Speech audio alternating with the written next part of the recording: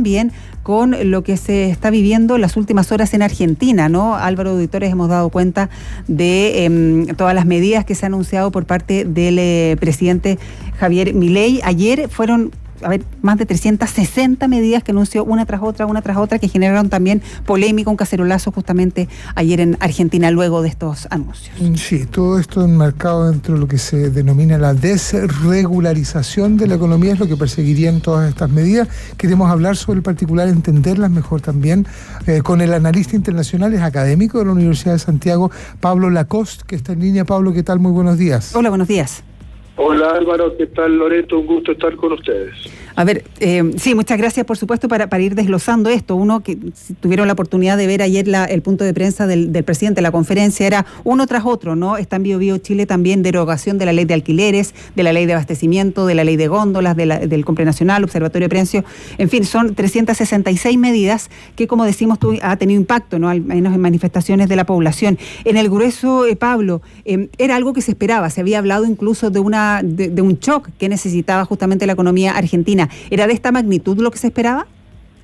Bueno, esto es lo que Milei viene predicando hace 2 años, lo dijo con toda honestidad y el pueblo argentino votó exactamente esto por inmensa mayoría. Vamos a ver si ahora cómo se hace la implementación, pero Milei ha sido absolutamente coherente, dijo lo que iba a hacer y la mayoría del pueblo entendió que el modelo kirchnerista fracasó, lo hundió a la Argentina en la pobreza, en la miseria, y que quieren probar por otro camino ahora. Si hubiese que priorizar, ¿dónde se priorizaría? Porque entendemos que de todas maneras aquí hay una figura que no es, con la que no estamos familiarizados en Chile, que este decreto de necesidad y urgencia. Generalmente cuando hablamos de decreto hablamos de algo que es privativo del Ejecutivo en nuestro país, pero entendemos en este caso que el decreto de necesidad y urgencia que contempla estas 366 medidas tiene que pasar por el Congreso Nacional, ¿no? Mire, esto es una facultad que le da la Constitución Nacional del 94 al presidente de la República. Ahora esto pasa al Congreso, primero lo va a tratar una comisión bicameral de 8 diputados y 8 senadores que va a emitir dictamen, y luego eso va a ser tratado en el Senado y en diputados. Si alguna de las 2 cámaras no lo aprueba, automáticamente queda sancionado. Y desde el 94 hasta acá ha habido muchísimos DNU y todos fueron legitimados en el Congreso. Por lo tanto, debería ocurrir lo propio. Y le preguntaba por las prioridades, de hecho, a propósito de la posibilidad de, bueno, acá también hablamos mucho de la necesidad de acuerdo, pero en el contexto de la política argentina, si hubiese que priorizar en torno a alguna de estas 366 medidas, ¿dónde ve usted esos consensos, Pablo? Mire, hay muchas medidas que van a tener consenso muy amplio y hay algunas otras que van a ser muy polémicas. Por ejemplo, permitir que los clubes de fútbol se conviertan en sociedades anónimas es algo innecesario, que no tiene ninguna prioridad, eso no tiene ninguna urgencia y no se sabe por qué Milei lo metió dentro de este DNU. Y lo mismo puede pasar con la empresa YPF, que es la empresa de petróleo, una empresa simbólica, equivalente a Codelco en Chile. Así que esa es posible que genere mucha discusión.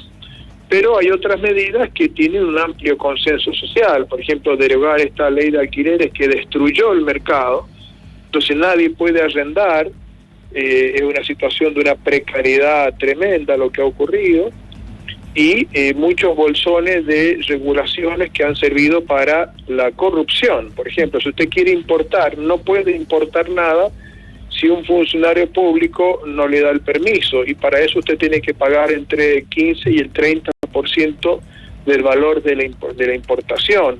Entonces se van a derogar muchas normas regulatorias que contribuyeron al clima de corrupción en la Argentina, ¿verdad? Usted decía, claro, que tiene que pasar por el Congreso, ¿no? Por esta bicameral primero y después el Senado y los diputados, pero esto debiera ser rápido. Le pregunto también por la urgencia que se ha indicado hace varios meses allá en Argentina.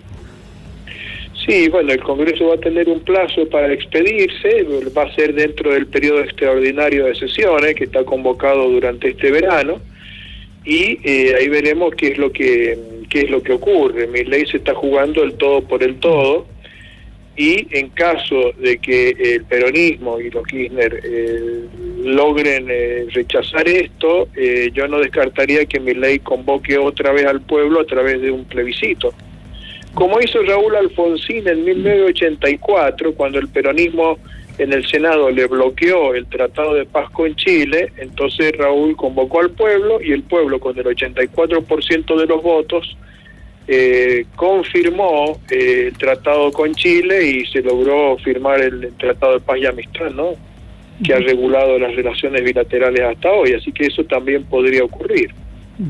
Sí. Pablo, ¿qué es la ley de abastecimiento que figura dentro de los primeros anuncios del presidente Milei el día de ayer? Eso es una norma que obliga a las empresas argentinas a subordinar sus capacidades de exportación a los intereses del mercado interno.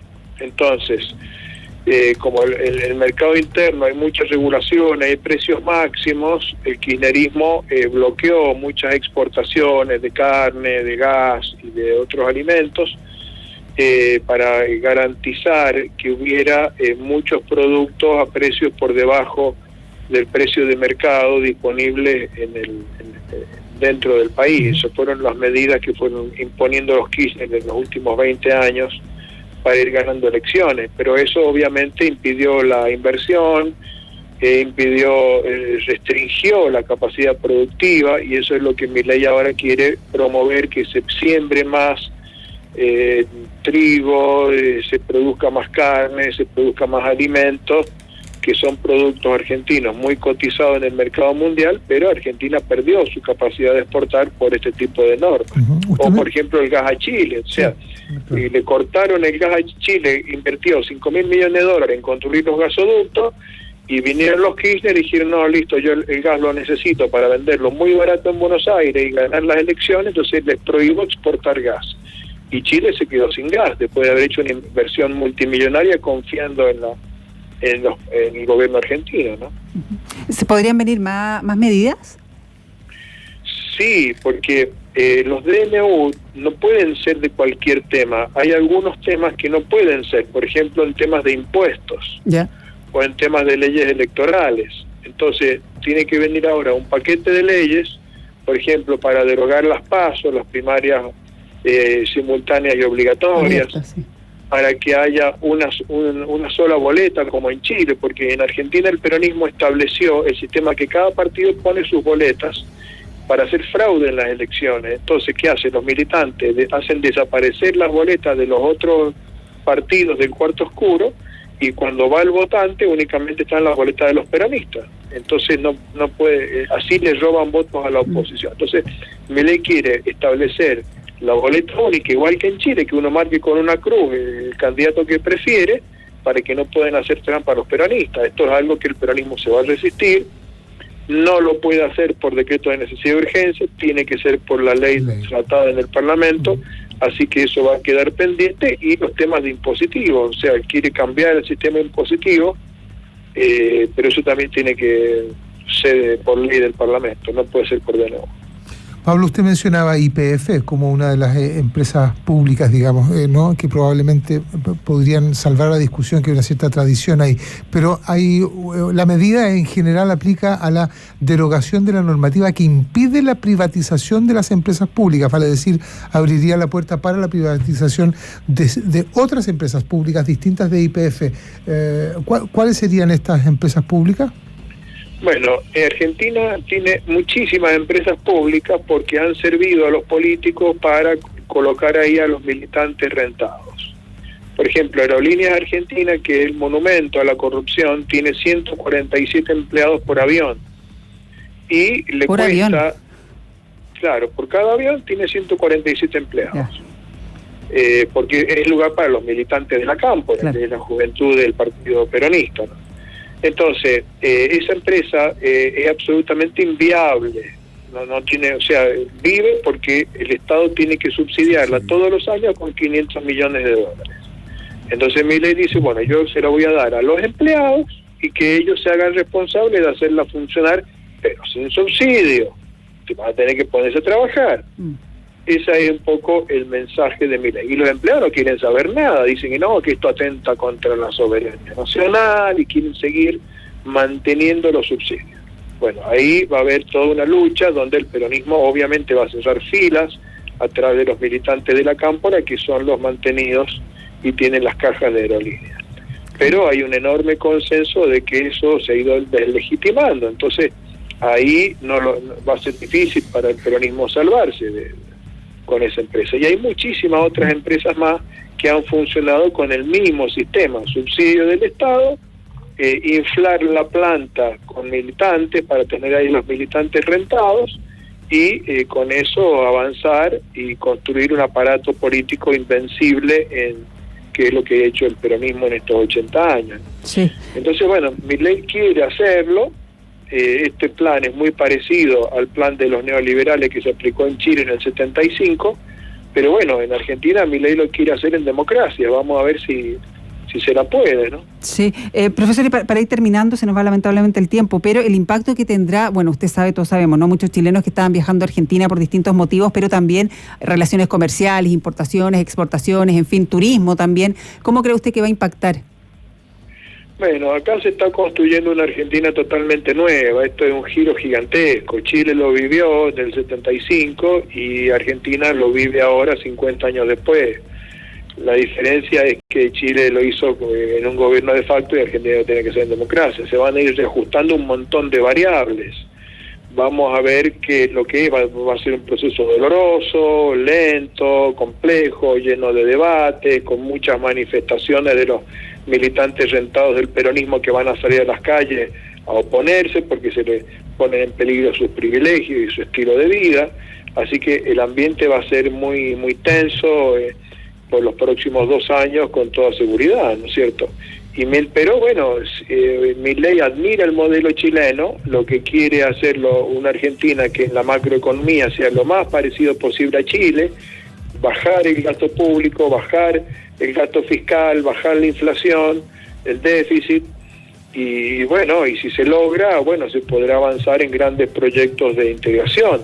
E incluso ahora se abren opciones muy interesantes, por ejemplo, al estilo de concesión de obra pública a la chilena para hacer grandes corredores bioceánicos. Quizás ahora se reactive el proyecto del túnel de Agua Negra, el túnel por Las Leñas que sale a Rancagua, el túnel largo de baja altura del ferrocarril Trasandino Central.